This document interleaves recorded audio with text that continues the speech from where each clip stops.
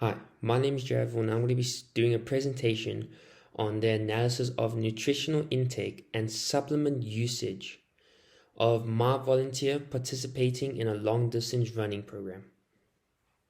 So, what we're going to do is basically going to speak about my volunteers' dietary intake, which is basically their food diary.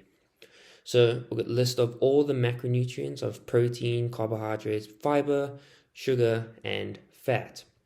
So all on the day one, for protein, we've got 103 grams, carbohydrates got 156 grams, fiber we've got 5 grams, and sugar we've got 46 grams, and fat we've got 88 grams. On day two, on the protein we've got 234 grams, carbohydrates we've got 183 grams, fiber we've got 4 grams, sugar we've got 4 grams, and fats we've got 83 grams.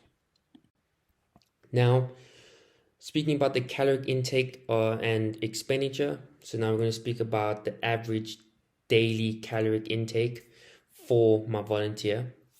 So basically, my volunteer's average daily caloric intake was 2,255.5 calories a day.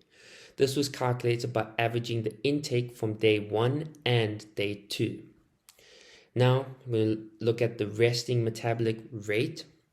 So I used the Muffinson Jr. equation. So my volunteer's RMR is estimated to be 1,622.75 calories a day.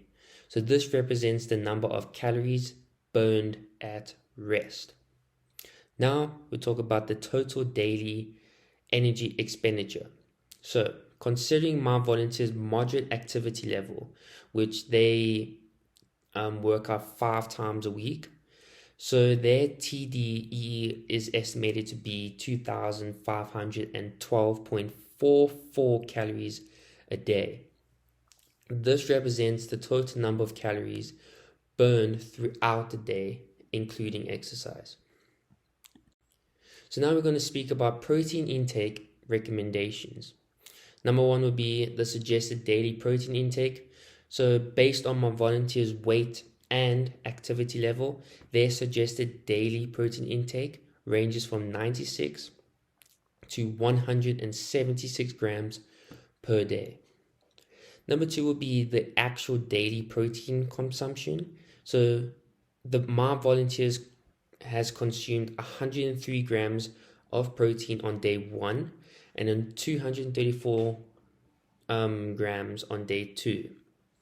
So basically, we'll talk about the comparison and recommendations. So while my volunteer's protein intake on day 1 falls within the suggested range that you should take, on day 2, it exceeds that limit. So while the adequate protein is crucial for muscle repair and growth, excessive intake of protein may not offer an additional benefit and could potentially displace other essential nutrients. Now we talk about number 4, which is balanced macronutrient intake.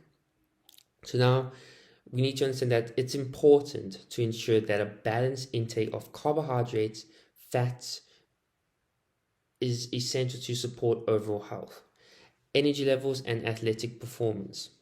So monitoring portion sizes and ensuring the variety of nutrients in the food in the diet can help with the overall nutrition of the body.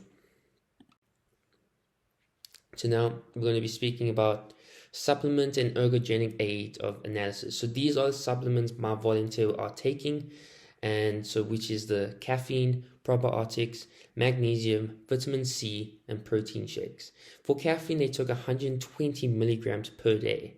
Basically, caffeine, it acts as a stimulant to central nervous system, and it increases the alertness and concentration and physical performance as well. Then we go to probiotics. My volunteer takes 1 per day. The probiotics contain live beneficial bacteria or yeast that support health and improves digestion, nutrient absorption, and the immune system function as well. Now we talk about magnesium. My volunteer takes 175 milligrams per day of magnesium. Basically, magnesium is an essential mineral involved in numerous biochemical processes that support muscle and nerve function. It regulates blood sugar levels and blood pressure, and it also promotes bone health and energy production. Then we go to vitamin C, which my volunteer takes 200 milligrams per day. So vitamin C is an essential nutrient with antioxidant properties. It boosts the immune system, supporting collagen production and enhance iron absorption. It protects against oxidative stress and potentially reduces duration and the severity of colds or flus. Now, talk about protein shakes. My volunteer takes one scoop, which is 25 grams of protein every 2 to 3 days. So basically, protein shakes provide a concentrated source of protein. It supports muscle repair and growth. It helps maintain muscle mass during weight loss, and it offers a convenient source of protein for those within increased needs or insufficient dietary intake. Now we're going to talk about the supplement volume and effectiveness. So basically with caffeine, the moderate amount of caffeine consumed is suitable for providing an energy boost before workouts, particularly beneficial for high intensity workouts and long distance running, which my volunteer is in long distance running.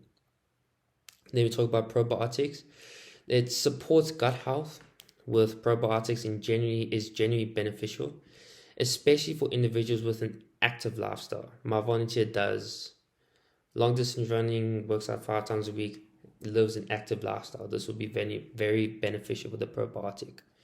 So basically now we speak about magnesium. Magnesium plays a role in muscle function and energy production. It makes it relevant for athletes.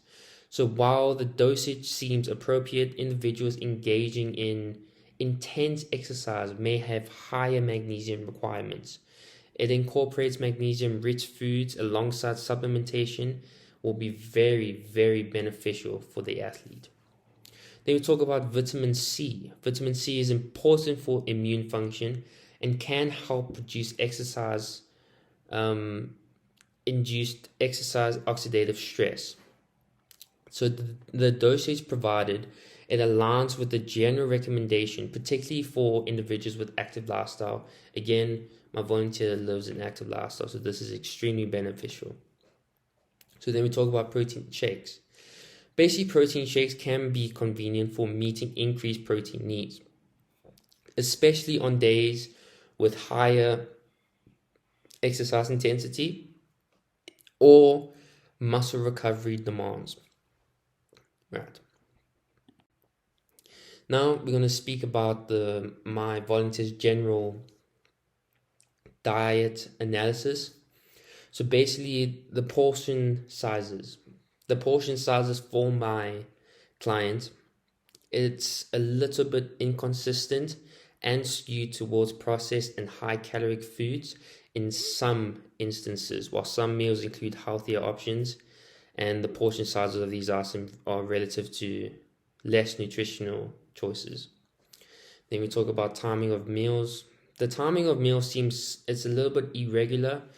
The breakfast and lunch are occurring several hours apart from each other, and dinner relatively late in the evening, about 8 o'clock in the evening. This may lead to fluctuations in energy levels throughout the day. And then we talk about general food choices. So my volunteers' food choices are widely in the nutritional quality, while some meals include nutrient-dense options. Others consist primarily of processed or high-fat foods. It incorporates more whole, minimally processed foods into meals and snacks. This will provide a broader range of essential nutrients while supporting overall health as well. And then we talk about nutritional recommendations. Basically, choose to optimize protein intake timing and the distribution of the protein. So basically, this means just to aim for a serving of protein with each meal and snack to support muscle repair and growth. Then we talk about the prioritizing of whole foods and nutrient density. Basically, what this means is to incorporate plenty of fruit, vegetables, whole grains, lean proteins, and healthy fats into the meals and snacks to provide a wide range of vitamins, minerals, antioxidants, and fiber. 3, we talk about the management of carbohydrate intake to manage it appropriately. So basically, this means to prioritize complex carbohydrates for sustained energy and to minimize refined sugars and processed carbs. And number 4 would be to stay hydrated. This is a very important one for any athlete in any sport, especially for a long distance runner as well. Staying hydrated is very important. Just to drink water throughout the day and monitor hydration status by paying attention to thirst, urine color, and sweat rate. Now, all we're going to do is consider individualized supplementation. All you're going to do is just discuss with a healthcare professional or registered dietitian about potential supplementing with nutrients like omega-3, fatty acids, creatine, and branched chain amino acids. Thank you.